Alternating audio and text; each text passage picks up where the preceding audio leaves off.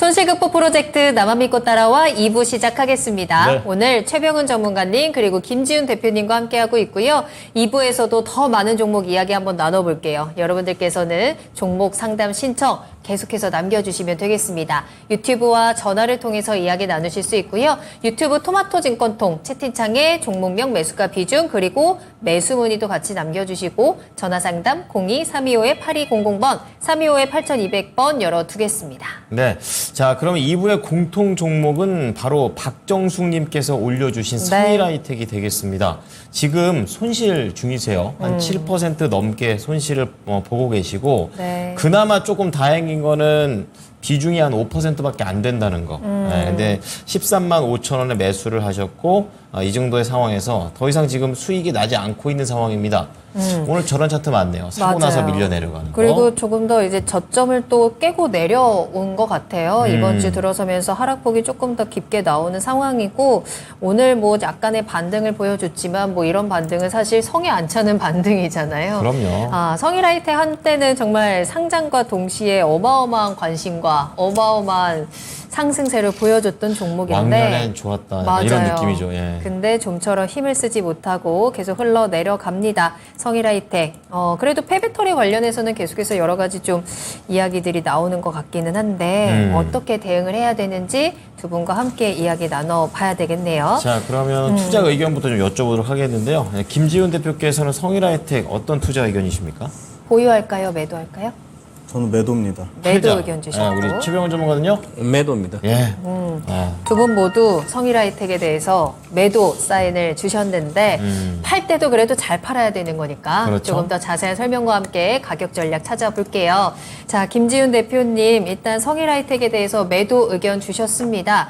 앞으로 조금 더 상승할 수 있는 가능성 없을까요? 성일하이텍 어떻게 분석하세요? 네, 일단은 지금 2차 전지 시세 주고 나서 상당히 조정받고 지금 사실 더 갈지 안 갈지도 상당히 불안한 상황이긴 하잖아요. 네. 근데 일단은 성일하이텍이 가진 이 폐배터리 리사이클링 관련된 기술력이나 매출 규모는 국내에서 제일 큰 건 맞습니다. 근데 아무래도 이제 그 포스코의 자회사인 포스코 HY 클린메탈, 그다음에 에코프로 자회사인 이 에코프로 CNG를 이 성일하이텍이 과연 넘어설까? 저는 그거에 대해서는 굉장히 회의적으로 보고 있거든요. 경쟁력이 거기까지는 안 돼요. 경쟁력이, 그러니까 네. 규모 자체가 현재로서는 1등인데 그거는 언제든지 포스코 그룹의 전폭적인 HI 클린메탈이 지원을 그렇죠. 받고 예. 에코프로 CNG도 에코프로 그룹의 전폭적인 지원을 받으면 당연히 순위는 얼마든지 뒤집어질 수 있다고 보고 있고요. 네. 사실 양극재 업체나 음극재 업체들 이익이 깨져도 매출의 증가세가 워낙 가파르기 때문에 사실 전체적인 실적에 대한 그래도 선방했다고 하는 게 매출 감소에 대해서는 사실 우려하는 그 밸류체인 라인이 없거든요. 근데 유일하게 지금 이 성일하이텍 이 폐배터리 쪽은 매출 감소가 실적에 사실 2분기 실적에 나왔거든요. 네. 그래서 뭐 영업이익은 컨센서스에 부합했다고 하는데 저는 그거보다 뼈아픈 거는 매출 감소다. 그래서 이 지금 폐배터리 리사이클링 사업 자체도 굉장히 먼 미래거든요. 최소한 5년 이상 돼야지 전기차가 시중에 완전히 깔려서 50% 이상 침투율이 넘어서 그때 본격적으로 나와도 실적이 올라갈까 말까인데 이미 그 기대감으로 시세를 줘서 한번 굉장히 많이 땡겼거든요. 그래서 네. 그거를 보고 2차 전지를 보고 투자하시는데 굳이 폐배터리를 투자하실 이유는 저는 전혀 없다고 보고 있어서 바로 저는 그냥 전량 매도하시는 게 좋지 않을까.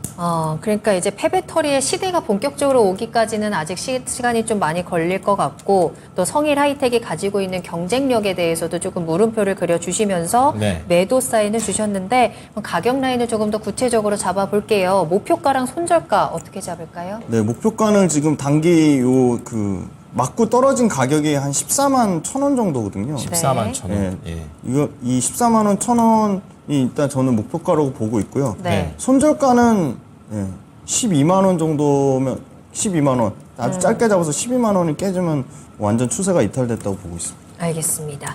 짧게 지금 단기 대응으로 잡아주셨으니까 14만 1천 원, 12만 원 기억하시고 대응하시면 좋을 것 같고요. 자, 최병훈 전문가님의 의견도 들어볼 텐데 역시나 매도 의견 주셨습니다. 네. 저는 4월 이후 계속 매도만 이야기했어요. 네. 2차 전지, 배터리가 훨씬 더 사실은 그게 배터리보다 리사이클, 그건 폐배터리. 그쵸. 배터리 주식도 아직 성장기에 안 들어갔거든요. 네. 폐배터리 시장은 이제 시작도 아직 안 했다고 보면 되죠. 그죠? 이거는 두 분이 똑같은 의견이에요. 먼 미래다. 네, 그러면 결국은 이제 2차전 양극재라 이런 게 많이 올라갔잖아요. 실적이 다 나오고 있어서 그렇고 폐배터리도 뭐 실적이 좀 과거보다는 좋아졌는데 확실히 그래도 올해 1분기 실적 보면 영업이익이 한 56% 줄었어요. 그러면 2분기에 이제 그러면 영업이익이 왜 줄었을까 이 생각해봐야 되거든요. 그러면 네. 이제 중국의 이제 리튬 가격들 중국의 경기도 침체되고 전체적으로 시장이 전기차 시장도 이제 잘 성장 못하고 있어서 20%대라서 그러면 원자재 가격이 빠지니까 관련된 실제로 리튬도 빠지고 얘들이 리튬을 추출해내는데 리튬 가격이 빠지면 그러면 납품한 회사에 결국은 마진 줄게 되는 거잖아요. 그렇죠. 이제 리튬 가격에 원자재 가격 그대로 반영시키니까 네네. 그러면 앞으로 경기 침체가 돼서 더 리튬이나 이런 가격이 더 빠진다면 더 마진이 축소되겠죠. 전망이 안 그럴 좋네요. 바에 네. 폐리사 그냥 직접 사서 새 거 사서 하면 되죠. 네, 맞아요. 저기서 리사이클한 것보다는 질이 더 좋을 거니까. 그거 마진이 맞으니까 네네. 리사이클 그래서 하죠. 예. 이익이 생각보다 줄고 있고 리튬 관련된 가격도 더 빠졌다 우리가 생각해. 그럼 시장이 지금 이제 제가 관련된 원자재를 2차전지 양극재 관련 다 원자재를 뭐 가격 추이로 봤더니 전부 다 고점에서 다 이렇게 하루바로 주식처럼 내려가고 있거든요. 네. 그렇다는 것은 우리가 실적 나올 때 지금 양극재도 주가가 올라가서 그걸 잘 못 보는데 주가가 이제 내려오니까 보이는 거예요, 사람들이. 왜냐하면 양극재 실적을 발표했는데 LNF는 충격적으로 안 나왔고 에코프로 비엔도 생각보다 덜 나왔거든요. 예. 예상치보다 덜 나왔는데 사람들은 주식에 막 하니까 전혀 신경 안 쓰는 거예요. 그러다가 진짜 주식에 많이 빠지면 그때 되면 이제 이게 그때 정상적으로 그렇죠. 벗겨져서 야 이렇게 안 좋아지지 양극재가 양극재는 원래 이제 좋으면 그 실적 급증하는데 원자재가 빠지면 또 급락하거든요. 왜냐하면 3개월 안에 그냥 이연시키기 때문에 원자재가 제품으로 그래서 원자재가 다 빠지면 같이 빠져야 되는 거거든요. 그래서 그럼 비싼 거 사가지고 실제로 재고 이쪽으로 가니까 3개월 뒤에 뭐 생산되고 비싼 원자재 사가지고 생산 팔 때 싸게 파니까 마진 주는 거죠. LNF. 네, 그것처럼 그러면 내년에 글로벌 미국까지 경기 침체가 들어간다면 더 심각하게 문제가 발생할 수도 있는 거죠. 그래서 앞으로 이 2차 전지나 전부 리사이클은 이미 끝났고요. 네. 주식이 바닥까지 내려가야 되고 그다음 2차 전지 양극재도 마찬가지 그런 게 대다수가 이제 이게 현실화될 가능성이 높아지죠. 내년에는. 그래서 고점 대비 대다수 양극재 종목 내년 기준으로 봤을 때 고점 대비 한 60%는 빠져야 되지 않을까. 그러면 에코포르 비행 같은 경우도 오늘 30만 원 잠깐 밑에 갔고 네.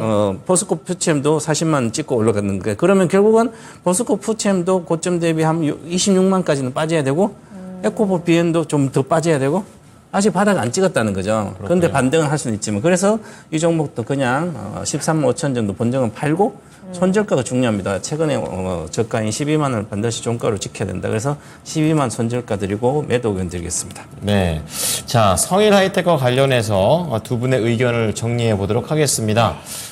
거의 비슷한 의견이세요. 두 분 다 매도 의견 주셨었고, 우선 대표님께서는 이 폐배터리라는 그런 업황 자체가 먼 미래다. 네, 그렇기 때문에 우선은 목표가 14만 1,000원, 그리고 손절가 12만 원 제시하셨고, 전문가님 역시 이제 마진이 좀 계속해서 줄어들 것으로 보인다. 이렇게 좀 얘기를 하고 계시면서 목표가 13만 5천 원. 중요한 건 손절가입니다. 12만 원. 공통으로 나왔으니까 성일 하이텍 잘 참고해 보시기 바랍니다. 네. 자, 그럼 저희는 다시 한번 스피드 종목 진단으로 출발하겠습니다. 네. 자, 여러분들께서도 1부에서도 종목 많이 남겨주셨는데 2부에 또 많은 신청해 주시면 저희가 실시간으로 지금 바로 생방송으로 여러분들께 종목 진단해드리고 있으니까요. 채팅창 들어오시면 되겠습니다. 토마토 증권통 검색하고 들어오시고요.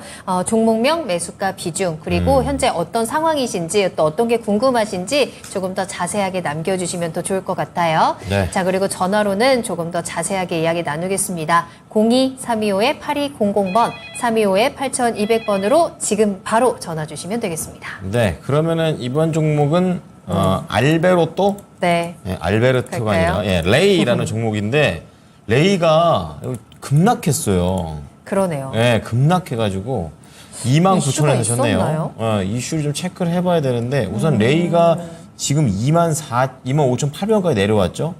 한 이틀 동안 훅 떨어졌다가 오늘 간신히 바닥을 잡는 그런 모습인데요. 네.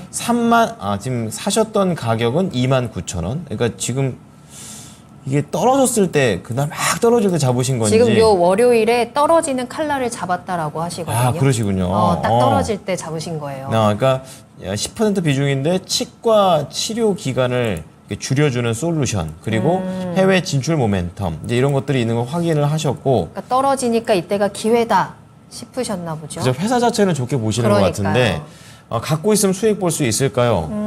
떨어지는 칼날을 피해야 된다라는 얘기 좀 들어보긴 했는데 우선 어떻게 될지 알아보겠습니다. 잡으셨습니다. 잡으셨습니다. 네. 대표님 레이 이거 잡아도 되는 겁니까? 일단은 뭐 소위 말하는 주식 갖고 장난질 치는 뭐 유증이라든지 전환사채나 그런 공시는 없거든요. 네. 그래서 이게 뭐 좀 더 확인은 해봐야겠지만 큰 악재라고 제가 일단 찾아봤을 때는 일단 없는 것 같고요. 네. 단기적으로 주가 빠진 그 부분은 일단 확인은 더 필요해 보이고, 그럼 레이가 갖고 있는 본업이 펀더멘탈은 문제가 있냐? 그거는 문제는 전혀 좀 없다고 보고 있어요. 그렇군요. 네, 그래서 지금 미국하고 유럽, 일본 요 세 개의 축으로 그 실적이 다소 좀 이연된 부분이 있는데, 유럽 같은 경우는 이제 하이엔드 쪽에서 지연된 부분이 있고, 그리고 미국 같은 경우는 이제 오히려 탑3 딜러로 교체한 부분이 있고요.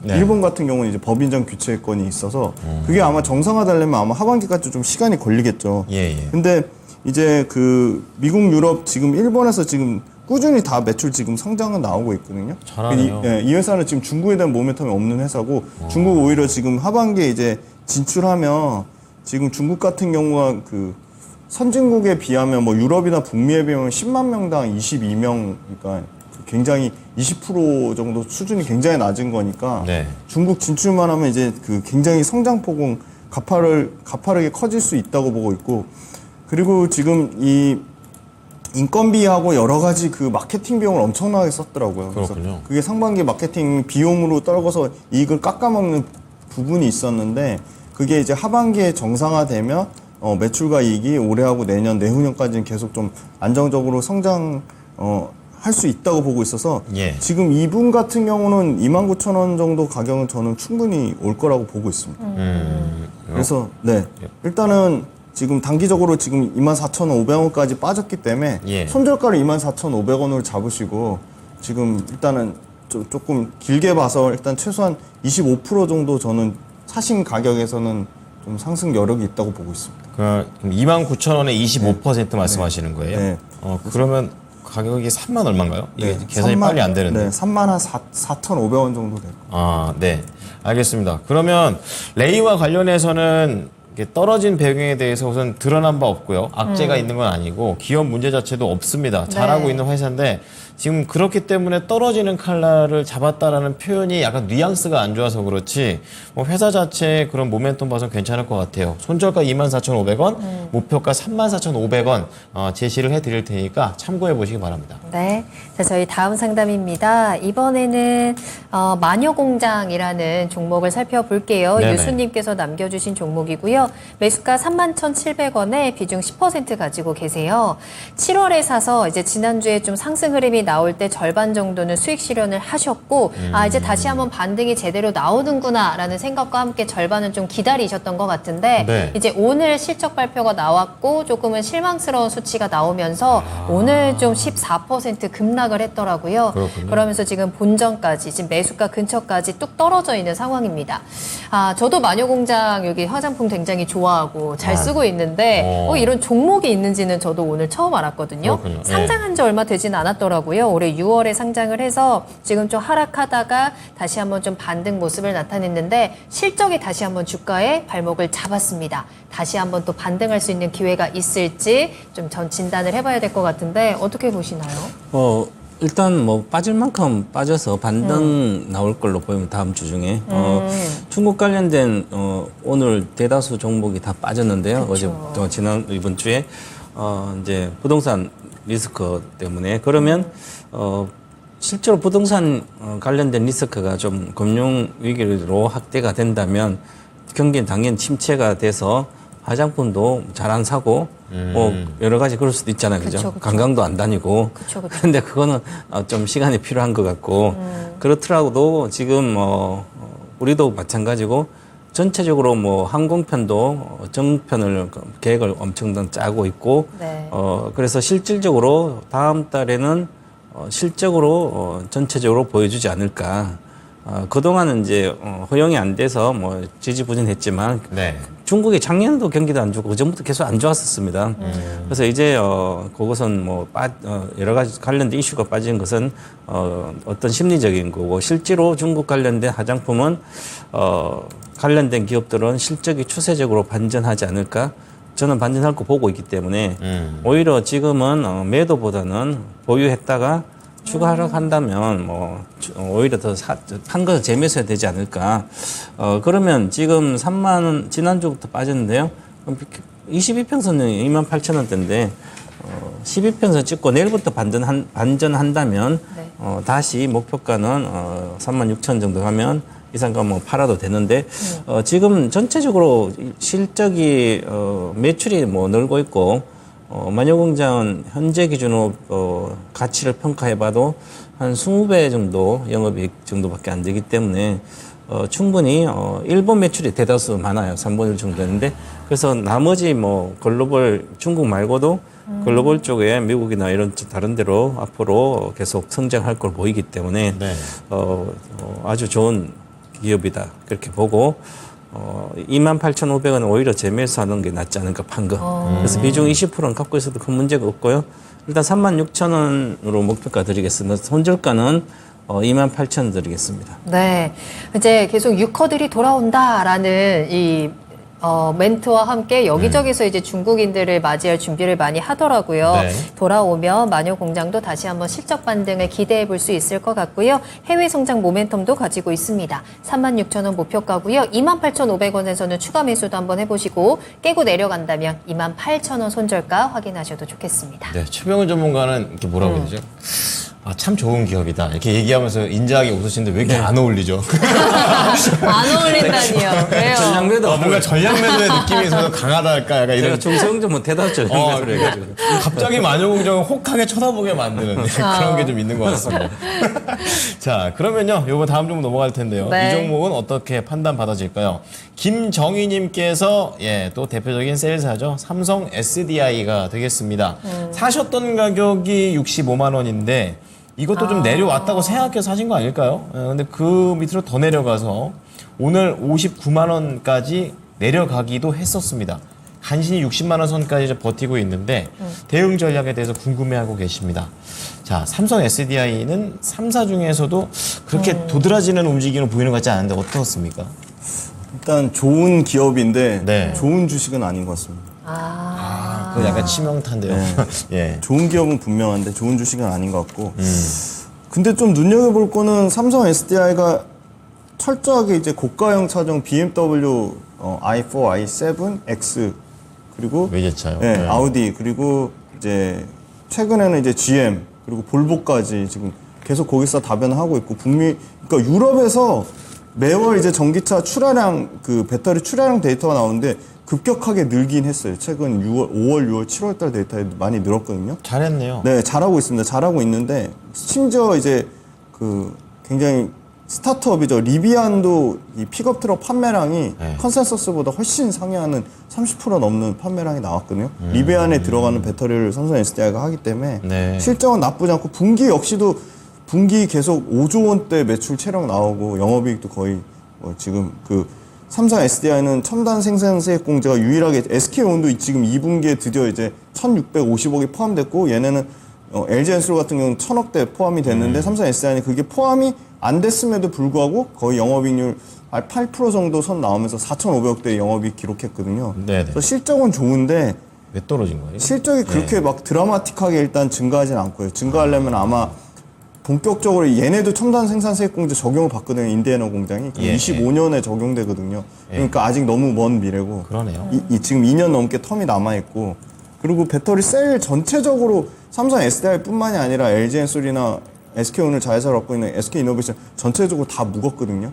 그래서 투자 이 매력도가 굉장히 떨어져서 네. 안정적으로 갖고 가시기에는 뭐 여기서 더 빠지기는 저는 지금 지금 현재가 60만 8천 원인데 일단 손절가로 짧게 58만 원을 잡고요. 58만 원이 깨지지 않으면 들고 가시는데 저는 본전 오면 차라리 그 양극재 말고 비양극재 하고 네. 최근에 장비가 굉장히 좀 각광받고 있거든요.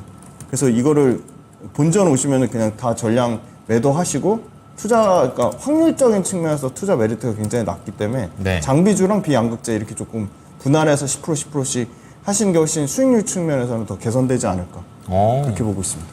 플러스 알파네요. 자, 삼성 SDI 안정적이다라는 그런 단어에 대해서 우리 투자자님께서 어떻게 생각을 하고 계시는지가 좀 중요할 것 같습니다. 그러네요. 예, 그래서 우선 손절가는 58만 원 제시를 해드리고 본전에서 우선 매도한 다음에 어쨌든 주식하는 이유는 돈 벌어야 되는 거 아니겠습니까? 이제 그렇기 때문에 이거를 20% 갖고 있느니 비양극재 10% 그리고 장비 쪽에서 10% 이렇게 나눠서 포트폴리오를 만들어 보시는 것도 권유드리도록 하겠습니다. 네. 자, 저희 다음 상담 이어가기 전에 채팅창에서 이건 앵커님 너무 피곤해 보인다고 걱정해 주시는 분들이 많아요. 이번 주 거의 하루 종일 아마 방송에서 이건 앵커님을 보고 계실 거예요. 그죠? 힘내시길 바라겠습니다. 내일도 심지어 모닝쇼를 하면서 우리 네. 최명훈 전문가랑 모닝 인사이트에서 만나야 될 겁니다. 몇 시간 잠도 안 자고 저 부모님보다도 최명훈 전문가 더 많이 만나는 거예요. 얼마나 좋습니까? 그죠? 이게 아무래도 여름 휴가철을 우리 앵커들끼리 다 같이 이렇게 서로 이렇게 품앗이 하면서 돌아가면서 메꿔주고 있기 때문에 맞아요. 어쩔 수 없습니다. 저도 휴가 가려면 지금 잘해드려야 돼요. 여러분들께서는 감사합니다. 좋으실 것 같아요. 하루 종일 이건 앵커님 얼굴을 보고 있으니까 네, 그러네요. 너무 반갑다라고 생각해 컷 방송하고 주시는데. 있습니다. 예.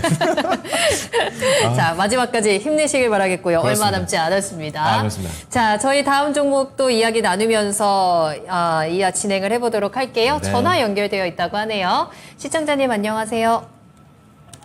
네, 안녕하세요. 네, 반갑습니다. 반갑습니다. 네네. 네, 어떤 종목 궁금하신가요? 해성 BS요. 네, 매수가랑 비중 어떻게 되세요? 매수가 76,000원이고요. 네. 비중은 30%요. 배수가도 좀 높고 비중도 좀 많이 많으시네요. 가지고 계시네요. 지금 이 제가 종목이 맞아요. 사자마자 지금 계속해서 내려가고 있는 중이신가요? 네네. 그러니까 이 종목 많이 올랐다가 지금 조정받고 있는데 생각보다 조정이 좀 길어지고 있어서 도대체 이 조정이 언제 끝나나 좀 답답하실 것 같아요. 어떻게 네. 좀 해결을 도와드리면 좋을까요? 이거를 좀 이렇게 저점에서 좀 지금 현재 더 사야 되나 추가 매수를 아니면은 했는데 어떻게 해야 되는지 잘 몰라가지고요. 그러게요.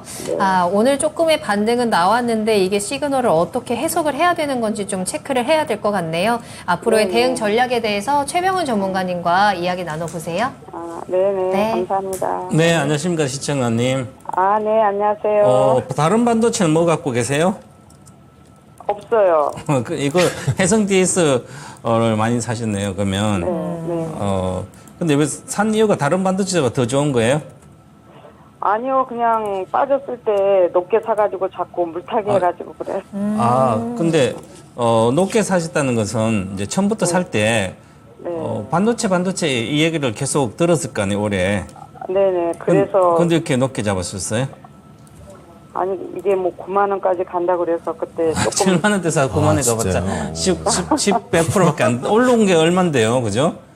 오른 것은 이제 3만 원대에서 7만 원 벌써 이미 다 100%로 온 상태에서 7, 8만 원 잡으면 9만 원 가면 한 1, 20% 되네.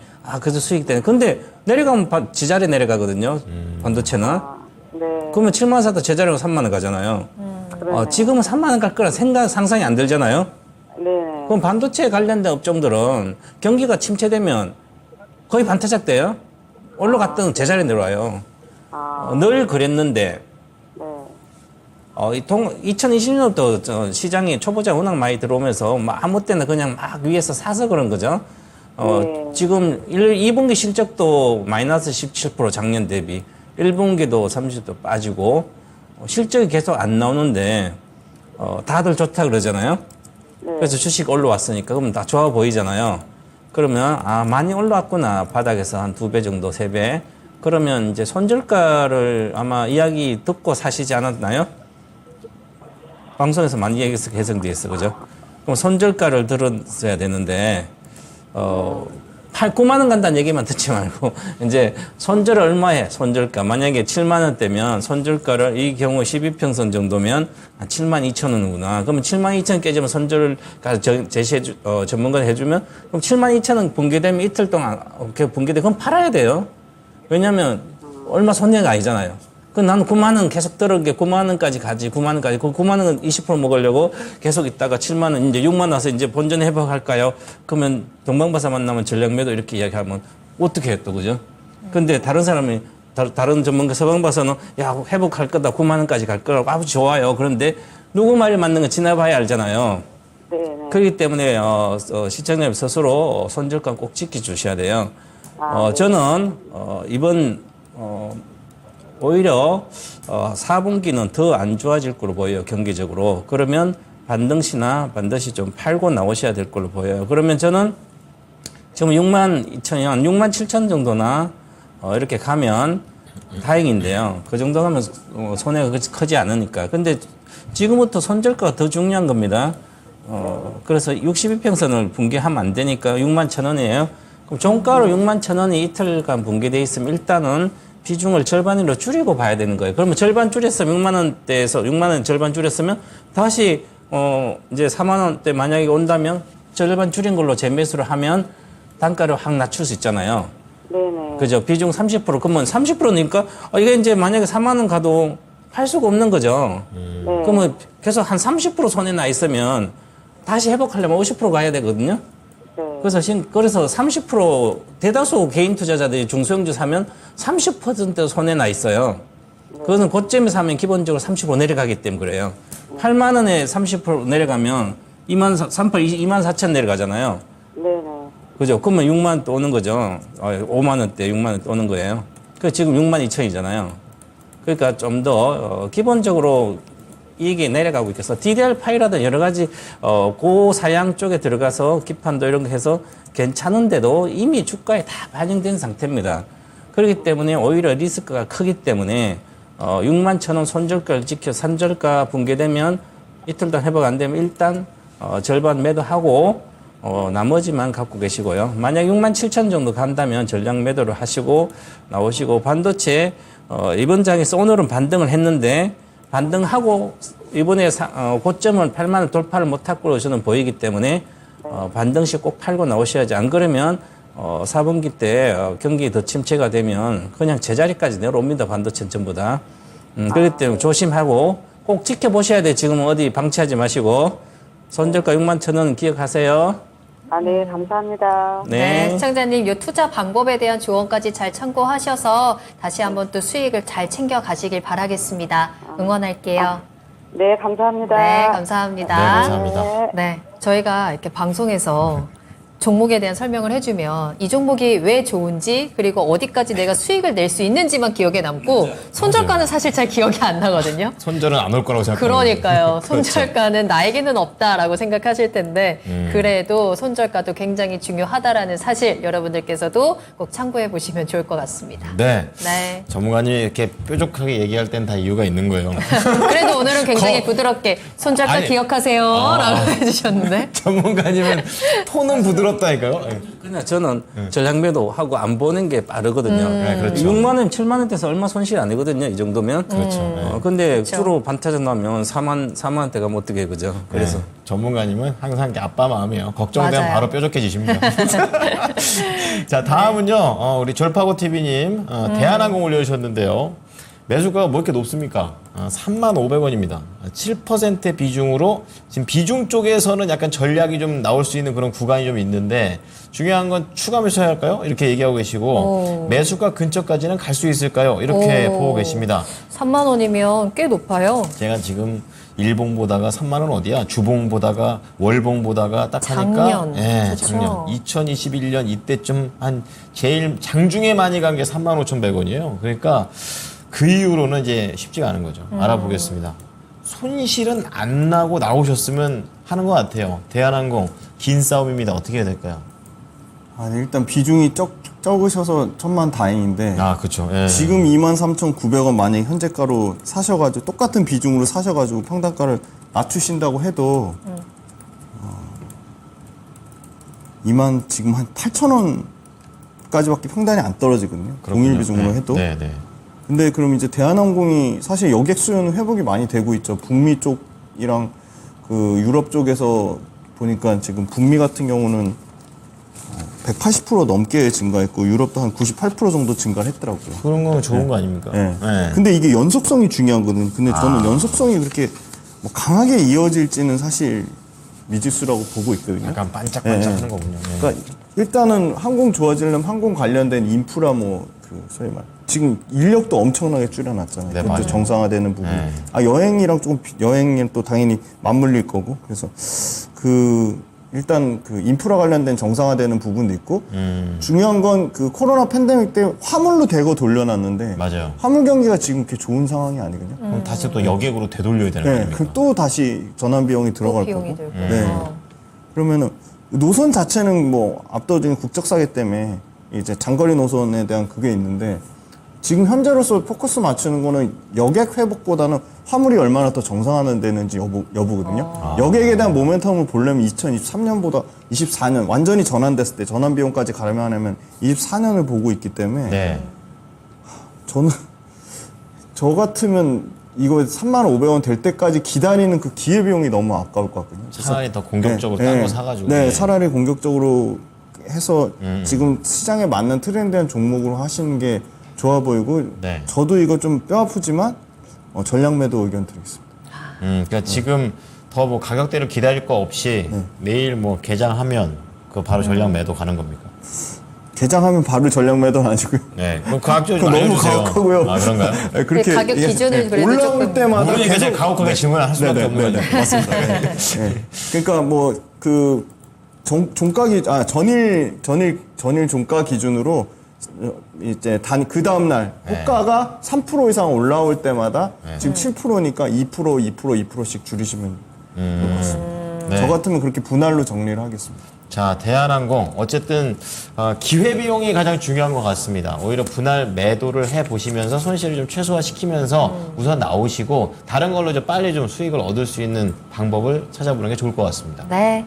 자, 저희 다음 종목입니다. 네. 이번에는 현대미포조선 한번 살펴볼게요. 매수가는 74,000원, 비중 20%. 네. 일단 수익이 굉장히 잘 나고 있는 축하드립니다. 상황이죠. 네. 오늘 처음으로 수익 나는 종목인 것 같아요. 요즘 시장이 또 워낙에 힘들다 보니까 매수 잘 하셨고 수익도 잘 키워가고 계신데 이번 주 들어서 또 이 종목도 좀 음봉이 깊게 나오고 있습니다.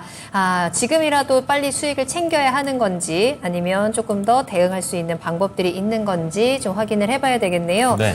최병훈 전문가님, 현대미포조선 굉장히 잘 올라가고 있습니다. 앞으로는 어떨까요? 매도해야죠. 매도해야 될까요?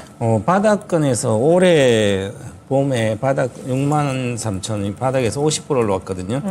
그리고 이제 중국 관련된 이슈가 계속 악재가 나와서 같이 맞아요. 급락을 하고 있거든요. 그러면 중국이 금융위기 정도까지 가진 않겠지만 그러면 배는 일단은 발주를 하고 여러 가지 하면 파이낸싱을 기본 하거든요. 네. 3천억짜리를 하면 기본 다 돈을 빌려서 이렇게 지어요. 그 업계는 그런 네, 거죠. 그러니까 네. 돈을 나중에 이제 선사단 받잖아요. 네네. 이제 은행 파이낸싱 일으켜서 이제 할 때 그 잔금을 나중에 받고 이렇게 받아요. 그래서 이제 금융권에서 돈을 이제 좋으면 수주 자체도 쉽지 않거든요. 네. 그래서 또한 이제 현대미포는 중형 선박이 많기 때문에 그래서 이제 요 분야의 경쟁이 아주 좀 심해요. 그래서 쉽지 이것은 오히려 대형 선박보다 더 낮은 가기 때문에 성장이 쉽지 않고 올해도 적자예요. 그러면 이제 수주에 이거 한 중형 선박이 한 2년 안에 거의 만들어서 인도하거든요. 대형 선박은 큰 컨테이너스 만티유 이런 것은 네. 한 3년 정도 걸린다든지 이런 것은 뭐 1년, 2년이니까 2년 뒤에 예상 실적으로 25년 예상 실적 부분에 3,500억 정도 영업이익이니까 지금 현재 보니까 시가총액이 3조 4,600억 10배거든요. 그러면 그 이후에 또 배가 또 안 만들어져요, 그죠? 그럼 또 적자 나는 거죠. 그러니까 그래서 조선주는 올라가서 이제 한 100%가 많이 가는 거예요. 50% 가도 바닥에서. 그럼 50% 가면 팔면 되고, 막 진짜 잘 가면 100%예요, 그죠? 그래서 이제 잘 모를 이제 조선주를 저는 작년에 태조 이방원 이렇게 주다 그죠. 네, 맞아요. 그래서 제가 23년 1월 초에 태조 이방은 이씨만 살아남았네 이렇게 해서 썸네일에서 올렸거든요. 올해 전망은 이씨만 살아남네. 2차 전지만 살아남네. 아, 그렇군요. 그렇죠. 그래서 조선주는 초보자는 가지 말아라. 그래서 조선주에 물리면 끝이 없어요. 2010년도 물린 사람은 지금까지 물려 있습니다. 성장을 못하고 그래서 그렇죠. 그래서 지금 뭐 조선주 다 올라갔다가 한국 조선해양도 그렇죠. 전부 다 이제 조정 들어갔기 때문에 이제 완전히 끝나고 있다. 그래서 전체적으로 조선주는 매도해서 나와야 되는 이미 올해 여름부터 같이 빠지고 있잖아요. 실적이 미리 2년, 3년 뒤 실적이 주가에 다 반영됐다. 보시면 여기 한국조선해양도 6만 8천이거든요. 예. 13만 내외 가면 팔면 되거든요. 그러면 100% 나오면 80%부터 시작해서 120% 사이 팔면 되고 다 올라갔다 내려왔기 때문에 이제는 2년, 3년 뒤 실적 다 반영된 상태다. 이제 보지 마시라, 팔고 나오시라 이렇게 말씀드리겠습니다. 네, 현대 미포조선뿐만 아니라 조선주 전체적으로 이제 좋은 거 다 반영됐습니다. 올라올 만큼 올라왔으니까 시청자님 지금 수익 잘 보고 계시거든요. 수익 챙기고 나오시는 거 조언 드렸습니다. 네, 저희가 이제 종목 사신 거에 대한 것만 진단을 해드리는 게 아니라 이제 그쵸. 사고 싶다 하는 그런 종목들도 진단을 해드리는데 한나송님 종목을 한번 그 대표로 보겠습니다. 네. 자, 오늘 1% 이상 상승세를 보여주면서 거래를 마친 하나 머티리얼즈가 되겠습니다. 43,000원대까지 지금 살짝 올라와 있는데 차트를 보면 지금 흐름이 그닥 안 좋죠. 고점이 낮아지고 있고 지금 올해 기준으로 봤었을 때도 좀 최근에 좀 그냥 올라가다가 다시 좀 내려오는 방향성을 좀 보여주고 있습니다. 자, 하나 머티리얼즈 내려오니까 이제 사도 되는 거 아닌가 좀 이런 생각 하시는 것 같은데 대표님께서는 이 종목에 대해서는 어떻게 보십니까? 그러니까 일단 삼성전자 하이닉스가 이제 일단 전방 업체잖아요. 네. 예. 삼성전자 하이닉스가 실적 이제 감산을 안 하고 이제 감산을 멈추고 네. 증산하는 단계에 가야지 이런 SIC 링 같은 소모품 부축이 늘어날 수밖에 없거든요. 이거는 아까 HPSP랑은 완전 다른 개념인 거거든요. 그럼 이건 지금 사면 안 되겠는데요? 그렇죠. 네. 저는 이제 시스템이 아예 그냥 그 삼성전자랑 이제 그 하이닉스나 뭐 인텔이나 마이크론 이런 글로벌 전방 산업 업체가 캐펙스를 감산을 멈추고 이제 다시 늘리겠다고 하는 시점에 들어가도 전 늦지 않다고 보고 네, 있거든요. 그렇죠. 네. 지금 계속 감산을 계속 하는 거에 대해서 계속 지금 스탠스가 변화가 없는데 네. 이걸 소모품을 급격하게 늘리지는 않을 거라고 네, 보고 없죠. 있고요. 네. 그다음에 이 SRC 링 관련돼서도 하나 머티리얼즈의 경쟁사가 국내에 굉장히 많습니다. 좀 원익퀸씨가 있을 수도 있고 TCK가 있을 수도 있고. 그래서 이 부분 관련돼서는 사실 얘네가 이게 엄청나게 뭐 기술적인 진입 장벽이 있는 게 아니기 때문에 그런 측면으로 봤을 때는 굳이 반도체 업종에 투자하실 거면 그 와중에 좀 차별화된 그게 아까 말씀드린 HPSP가 될 수도 있고 뭐 파크 시스템즈 같은 회사가 될 수도 있고 뭐 소모품 관련된 회사들 중에 또 찾아보시면 또 있거든요. 그래서 사실은 이 회사를 굳이 지금 시점에 계속 감산 시점에서 사실 매출과 이익의 실적 컨센서스 나오는 거 보면 올해 원래는 한 900억대 영업이익 체력인데 지금 600억대까지 50% 넘게 영업이익 감소가 예상되거든요. 안 좋네요. 네, 그래서 조금 비싸게 사더라도 영업이익이 그냥 적정 수준이 800억에서 900억대 체력이 올라왔을 때 그걸 확인하고 사는 게 저는 좀 더 안정적으로 보고 있고요. 지금 말씀 주신 대로 추세상으로도 완전 추세가 깨졌잖아요. 네. 그래서 추세가 좀 회복되는 걸 보고 사시는 게 그게 더 확률적으로 더 높다고 말씀드리겠습니다. 네. 자, 지금 하나 머티리얼즈 사기 전에 잘 말씀하신 것 같아요. 맞아요. 시기상조고 또 시기가 맞더라도 경쟁이 심하고 그리고 반도체라면은 이왕 반도체라면 차별화된 반도체. 그쵸. 아까 파크 시스템도 얘기해 보니까 HBM 이쪽이신 거죠. 네, 그죠. 네. 그리고 실적이라든지 상황 좀 올라오는 거 좀 본 다음에 그때 매수해 보시는 게 좋을 것 같으니까 지금부터 너무 이제 보실 필요는 없을 것 같다라고 좀 말씀을 드리겠습니다. 네. 자, 이렇게 해서 스피드 종목 진단은 여기서 마무리하도록 하겠습니다. 네. 자, 이제 내일 하루 남아 있는데 그 상황에서 내일장을 좀 우리가 기대해 볼 수 있을 만한 글로벌 시장 분위기 어떤지 네. 궁금하네요.